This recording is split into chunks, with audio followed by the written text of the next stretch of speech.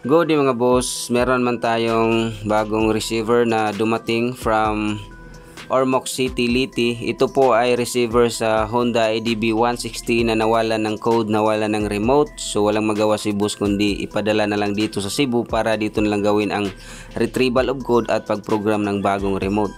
So shout out sa iyo Sir Dini from Ormoc City, Liti. Salamat sa tiwala sa ating service sa Remsfix Garage. So ito na po yung board sa kanyang receiver. So i-pin out na natin para makuha na natin ang code.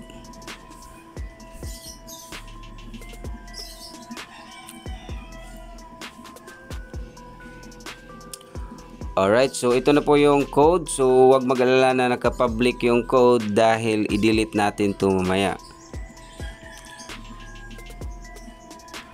Alright, so hintayin na lang natin na ma-input lahat ng code na na-retrieve natin para maging successful po yung pag-activate natin sa bagong remote. So ulitin ko, kung hindi kayo taga Cebu, nawalan kayo ng code, nawalan kayo ng remote, so pwede kayong tumawag or mag-text sa number na nandun sa screen para mag-guide ko kayo kung saan nyo pwedeng ipadala inyong mga receiver kung sakaling hindi kayo taga Cebu, or mag-PM sa ating Facebook page sa Remsfix Garage.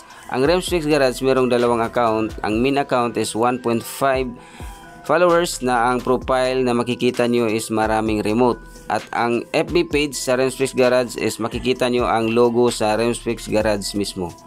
Alright.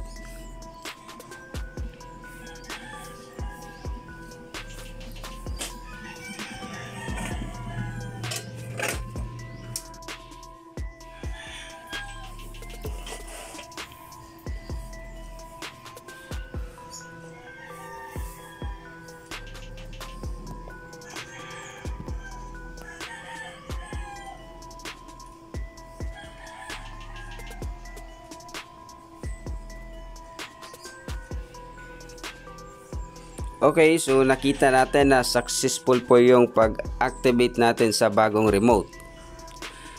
So ang gagawin natin is i-check natin ang synchronization between the remote at saka receiver. Okay, so good registration between the remote at saka receiver. So ito na po yung bagong remote ni Sir, activated pagdating sa Ormoc, plug and play, okay?